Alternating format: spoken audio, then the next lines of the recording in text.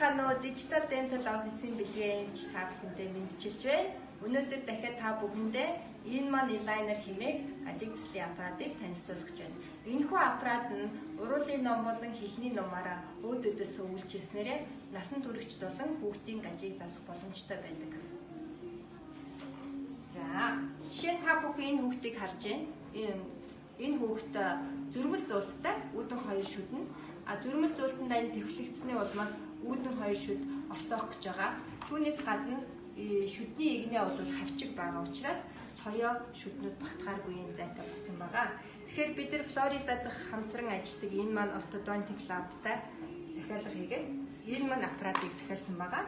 Энэхүү аппарат нь түрүүний хэлсэнчлэн уруулын ном болон хэлний ном өөд өдөөсөө никл титаниум пүршний тусламжтайгаар үйлчилснээр энэ буруу байршилтай шүднүүдийг хооронд нь игнэн оруулах тийм боломжтой байдаг. Тэгэхээр энэ хүүхдийн тохиолдолд бид нар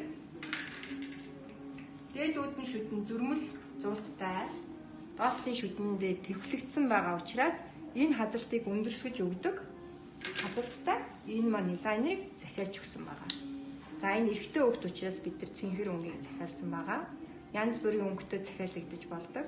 Тэгэхээр уруулын ном болон энд байж идэг энэ никл титан ном маань энэ шүднүүдийг игнэнд нь оруулангаа энэ тэлэгч нь оюу тийш номыг нь тэлж өгснөөр зөрмөл зуултыг энэ хазалттай автгаагаад зөрмөл зуултыг арилгаж өгдөг ийм аппарат байгаамаа.